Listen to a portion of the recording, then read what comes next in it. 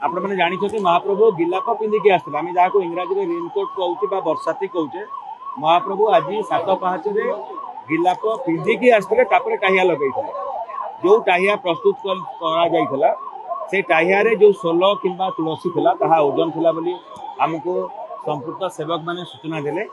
एवं महाप्रभु सुंदर भाव में पहंडी करिकी बड़ ठाकुर एवं माँ सुभद्रा देवी सुभद्रा एवं पर महाप्रभु आसते कि आम देखिले जिते महाप्रभु पहंडी रे आसिकी सिंहद्वार गुमुटर अवस्थान कले से समय महाप्रभु किछि समय पाखापाखि 40-50 मिनिट से अटकी रहिले मोर दृष्टता हम कौ कारण अटकी रहिले कारण नीतिकांति संपादन रे कौन सेवायत कौन त्रुटि विलंब करना तेणु आपण जरिया समस्त सेवायत बंधु मान छतीसा निजक